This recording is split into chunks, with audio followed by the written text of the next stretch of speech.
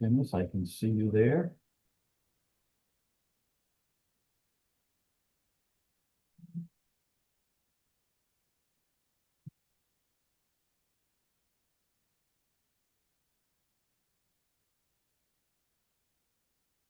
And there seems to be all right, we are all here. Mr. Arthur, you may proceed. Thank you, Your Honor. May it please the court. My name is Ethan Arthur. I'm here on behalf of the appellant, Cedrus Enterprises Holdings, SAL. Can I ask you a question out of the box? I didn't see a fulsome explanation of your views on section 685. Was it 101 and 102? Is there a reason why there was what I perceived to be little focus on that? I'm sorry, say that last part of your question again. Is there a reason why there was little focus on that particular statute as I understand it? Why there was little focus on that particular statute? 685. You seem to be focusing more on the general chapter 48. So, I mean, we think the trial court erred here under 685, 101, and 102. So look, before I address your question, Judge, let me take a step back and say we briefed that the trial court sort of erred by finding personal jurisdiction without ruling on the insufficient service of process aspect of the motion to dismiss. We're gonna give that particular point up and focus on the personal jurisdiction finding that the trial court made. We think it was error, and we think that 685, 101, and 102. It requires it's a contract-based basis for personal jurisdiction, and it requires a contract to have a forum selection clause in which the party agrees to submit to the jurisdiction of a Florida court, and it requires that the forum selection clause not violate the U.S. Constitution. I mean, we think that the trial court's order that found a specific nexus based on the contract provisions at issue here. We think that he erred in that finding, and his finding violates that provision. Let me ask you a question then on that, because the joinder and consent to the payment agreement, which your client signed, yes, says basically the Cedrus joins in and consents to the foregoing agreement and hereby ratifies and confirms the guarantee. So there's a ratification and confirmation of the guarantee, but it also says Cedrus joins in and consents to the foregoing agreement, which is the payment agreement, which contains the forum selection clause for Florida. So, you're going to have to talk me past this, because it looks like they voluntarily signed up for this. Yes, their guarantee has a forum selection clause in Delaware, but this succeeded this, and they clearly joined in and consented to the agreement that identifies Florida as the forum selection. Thank you, Judge. And so let me walk you through it a little bit, and I'll explain to you why we think that the joinder and consent did not specifically agree to Florida courts, as it says in that forum selection clause. As you noted, right, there's a separate agreement, the guarantee agreement. I know it's in the record at a few places. I have it right here as A80 through 83. It's an agreement between Cedrus and Jabal, and it's a guarantee agreement where, related towards the debts of the non-party. I guess he's a party below, not a party to this appeal, the NES. And as your Honor pointed out, there is a forum selection clause for Delaware in that guarantee agreement. It was signed in 2017. In 2019, a separate agreement was entered into. And if you'd indulge me at the record at 88, it's the beginning of this 2019 agreement. On the first page, the agreement defines customer, right? Customer is Networked Energy Services Corporation, and that is the only entity that it defines as customer. Which is separate and apart from a guarantor, I think is your point, right? That is my point. And a few paragraphs down in that wherefore clause on page 88, it specifically references Cedrus as a separate entity, as your honor points out, the guarantor, and it titles them for further reference in this agreement as Cedrus. And I'm sorry, before I continue, I'd like to reserve 5 minutes for rebuttal. I don't believe I did that. So who are the drafter of these arguments, of these agreements? I'm not sure that that's in the record, Judge. Okay. All right. I just want to know who I'm supposed to construe it against. Well, okay. We'll get there, right? So Right. Cedrus is its own entity at page 88. It is not the customer. If you go a little bit further on page on the record 91, this is section 2.6, acknowledgement of the guarantee agreement. This is talking about the agreement that we just discussed from 2017, right? It specifically references the customer, which is the NES entity, separately references Cedrus, which is my client, and Jabal, and all of them acknowledge, right, that the guarantee agreement applies to this particular 2019 agreement, right, and remains enforceable as to this 2019 agreement memorializes an agreed payment plan based on extended payment conditions of the undisputed amount. So does the form selection clause, is it specific as to the customer? It is specific as to the customer. Its own language in the form selection clause. Yes, Your Honor. Customer only, it says customer. Customer only. It does not mention Cedrus. It only mentions the customer. That's at page. So what do we make of the language then in the joinder and consent to the payment agreement? The sole purpose of the joinder and consent was for Cedrus to sign and basically say, this agreement's out there, we agree with it. So what do we make of the language then where Cedrus joins and consents to the foregoing agreement, which contains a Florida form selection clause? I think you take this as Cedrus joins this agreement as written, such that where Cedrus is mentioned, it accepts the agreement. There was a much easier way to do that. I'm just wondering if your client said too much. All they really needed to do is say, my guarantee extends to this new deal by these two parties.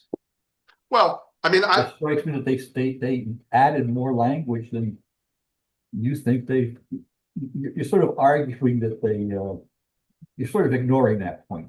I don't think we're ignoring it, Judge. I mean, there's nothing in the record that indicates who drafted these agreements, and nor is there any record that indicates some sort of how these were negotiated or came, how they've came to be. But I'd respectfully submit that the plain language of this joinder and consent doesn't say anything about changing the language in the underlying agreement to include Cedrus as the customer, and it must be understood as joining the 2019 agreement as written, such that if you go back to section 2.6, that it does kind of say what Your Honor just said, right? That the guarantee agreement applies to this 2019 agreement.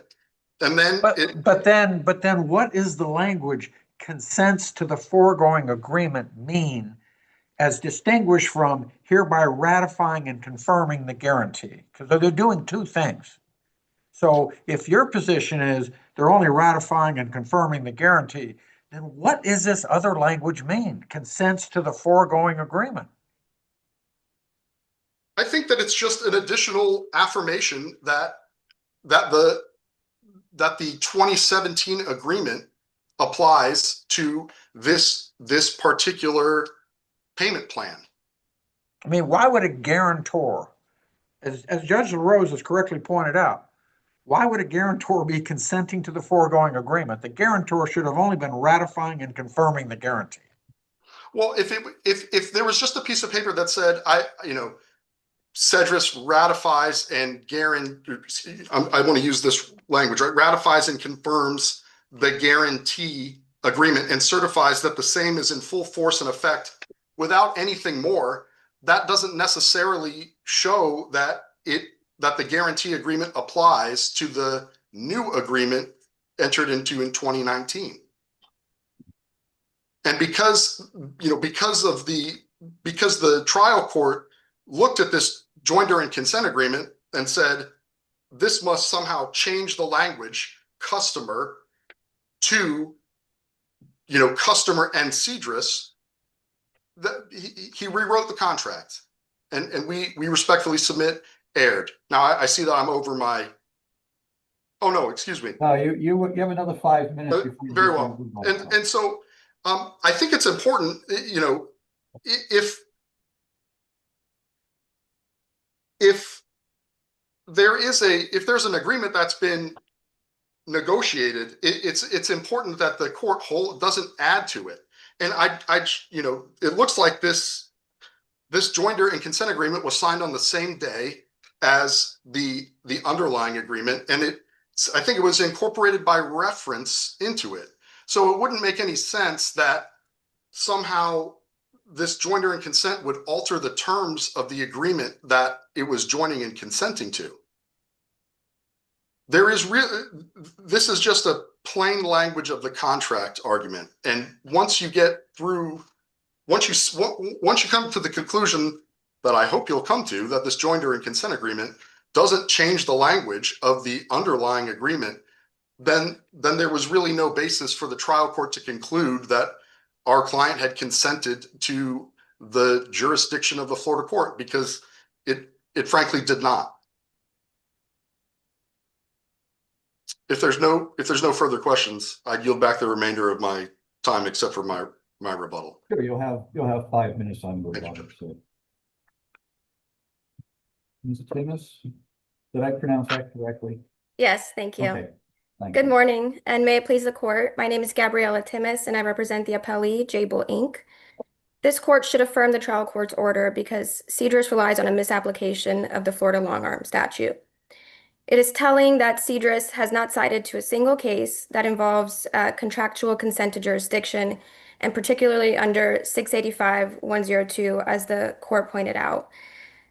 Because the law does not support its position, Cedrus has converted this straightforward issue into something much more complicated and focused on the language of the guarantee, which again, as before we get to the Chapter 685 analysis, we have to try to figure out whether this document basically is a consent to jurisdiction. And I heard Judge Morris taking this for Arthur. Many questions on that. What's your view on that? Because I think we need to resolve that before we get to 685. Absolutely, and I do want to address Judge Morris's point about the broad language of the joinder and consent. Cedrus cannot pick and choose which provisions of the payment agreement it is subject to based on which provisions it likes. As Judge Morris pointed out, it's broad, unqualified, it acknowledges, joins in, and consents to. The trial court was correct to not rewrite the plain language of that joinder and consent. And Mr. Arthur pointed to Section 2.6 in the payment agreement, which is an acknowledgement of the ongoing obligations of the guarantor. That actually cuts against Cedrus because, as the court noted, the parties went beyond just that one provision to execute and incorporate a separate joinder and consent that's broad and unqualified. Is your point that the only thing in the guarantee that changes as a result of the subsequent document is the situs of any lawsuit? Yes, for purposes of this appeal, yes, Your Honor. Cedrus has not made any other arguments as to other provisions or disputed that the guarantee continues to apply. Additionally, the forum provision is non-exclusive in the guarantee. that also cuts against Cedrus because they agreed, even in the guarantee, which has been superseded by their joinder and consent, they agreed to non-exclusive jurisdiction. Well, no, I don't see anybody's done a side by side. So I will assume that there is nothing in the new agreement that is inconsistent with the guarantee obligations, save for the forum selection. That's correct, Your Honor. The payment obligation changed with the 2019 agreement, but otherwise, there's no inconsistency.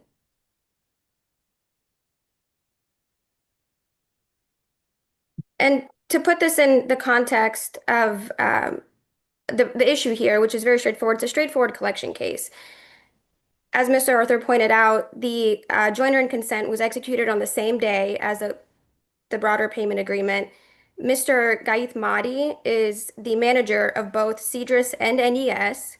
It is undisputed that neither NES nor Cedrus paid Jabil for millions of dollars in products that Jabil supplied, which is what led to this August 2019 agreement. In the agreement, there's an undisputed amount owed to Jabil of over $13 million. The parties freely negotiated, which is the standard under the case law for satisfying due process, freely negotiated this additional incorporated joinder and consent. They went beyond just the acknowledgement that's already included in the payment agreement. Now, Mr. Arthur pointed to the customer language, but that doesn't change the fact that Cedrus, having access to the entire payment agreement, notice of all of its provisions, it could have just said, we consent to section 2.6, which means that the guarantee is ongoing. They went beyond that. The trial court would have erred to change and rewrite the language to limit Cedrus's obligations to only 2.6. It would render the joinder and consent illusory. It would rewrite this separate agreement that they've entered into, which is incorporated and made part of the broader payment agreement.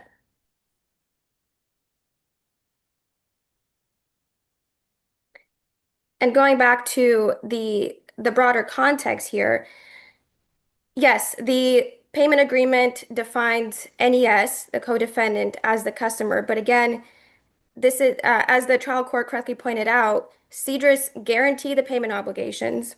They are managed by the same individual, which is apparent from the record.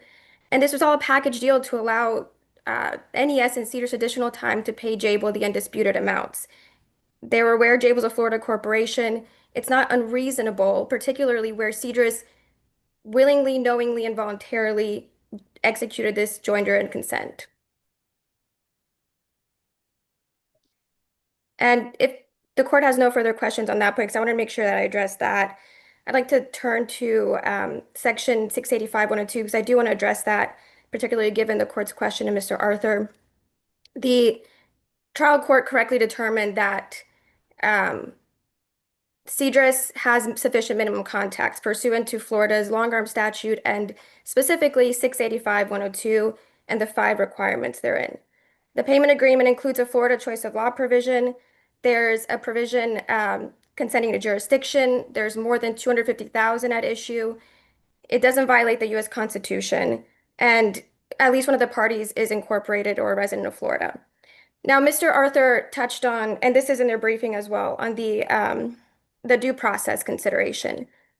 What's important is that, again, Cedrus does not cite to any case law that involves a contractual consent to jurisdiction, particularly under Florida statute, and the constitutional due process consideration must be viewed in that context. We've cited to cases, Corporate Creations Enterprises, Lieneman, where Florida courts have explicitly held that where parties freely negotiate these types of forum provisions and consent to jurisdiction, it does not offend due process.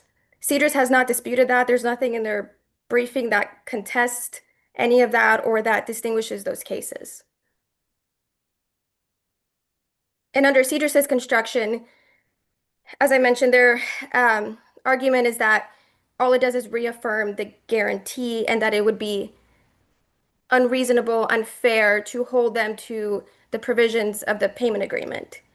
The alternative is to allow parties to execute broad, unqualified joiners and consents, and then when they don't like a provision, to selectively choose which ones apply to them. And I'd like to briefly touch on one other point that's in Cedrus's briefing, which is they spend approximately 9 pages discussing an alternative argument that if the contractual consent to jurisdiction does not apply, Cedrus does not have minimum contact with Florida. That's irrelevant. The court does not have to reach that issue. As the court's pointed out, there's a broad joinder and consent, and Mr. Mahdi's declaration, which is attached to the motion to dismiss, does not dispute that they executed the joinder and consent. It discusses traditional analysis of minimum contact, that they don't do business in Florida, but we're operating under the Florida legislature, very intentional enactment of 685-102, which applies here. I don't have to have the defendant be present in Florida at under 685. I just need a party. Correct. That's correct, Your Honor. Yes. Yep. There are 5 requirements. Cedrus does not even dispute in their brief. They concede that the payment agreement satisfies 4 of the 5. The one that they do dispute is does not violate the U.S. Constitution under those the offending due process analysis. But as I noted, we've provided case law where the courts have explicitly considered, Florida appellate courts and federal courts have considered this in the context of 685-102. We can't discuss the due process, fair notions analysis outside of this statute.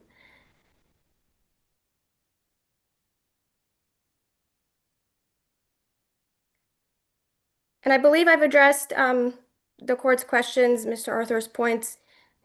Does the court have any other questions? Otherwise, we ask that, and I'd like to just touch on, I understand Mr. Arthur said he is not going to argue the first point, which is that the trial court erred by not ruling on service of process before making the minimum contact determination, so I won't get into that. But if there are no further questions, Jabe will ask that the court affirm. Thank you. Thank you, Ms. Timmons. All right. 5 minutes for rebuttal. Thank you, Judge. May it please the court. Just a few quick points. Just as a matter of sort of record and fact, there is a distinction between the 2019 and 2017 agreement. The 2017 agreement expressly calls for the application of Delaware law when applying it, and the 2019 agreement expressly calls for the application of Florida law when applying it. Those two things are inconsistent and were not addressed, in the joinder and consent agreement. It's not clear why one would control over the other if I don't recall that anybody talked about that in great extent in the brief. I don't believe it was briefed. It's just responding to the statement that there were no other inconsistencies between those two documents, Your Honor. I take issue with the idea that Cedrus conceded point 2 of, conceded all except for one of the elements in the 685-101 and 102 analysis. The second one, this is according to Jet Broadband, I think was cited in both briefs. The second one is that the agreement has to include a provision whereby the non-resident, which would be Cedrus in this context, agrees to submit to the jurisdiction of the courts in Florida. We vehemently, do take issue with that. We think we did not do that at all. Certainly, on the face of the 2019 agreement, we did not. We're not included in the word customer, and so it's real. The plaintiff in the court were relying on this joinder and consent agreement, but it's not. It's not the 2019 agreement itself does not include anything about Cedrus doing that, and we didn't do it with the joinder and consent. And just to touch on freely negotiated and unfair, we do think it would be unfair to hold that Cedrus consented to the jurisdiction of Florida courts in this forum selection clause when it's not expressly stated therein. I mean, I heard Ms. Well, Timmons. it sort of strikes me that this document is certainly not as particular and specific as the underlying contracts, which suggests to me this may have been something that was slapped together at the last moment to close a bigger deal. But be that as it may, it says what it says. It says what it says, and we think it says that we agree that Cedrus agrees to the 2019 agreement as written. So if there's not any further questions, the court should reverse and dismiss Cedrus for lack of personal jurisdiction, or reverse with instructions to do the same. Thank you, Mr. Author. Thank you, Ms. Dennis. Thank you.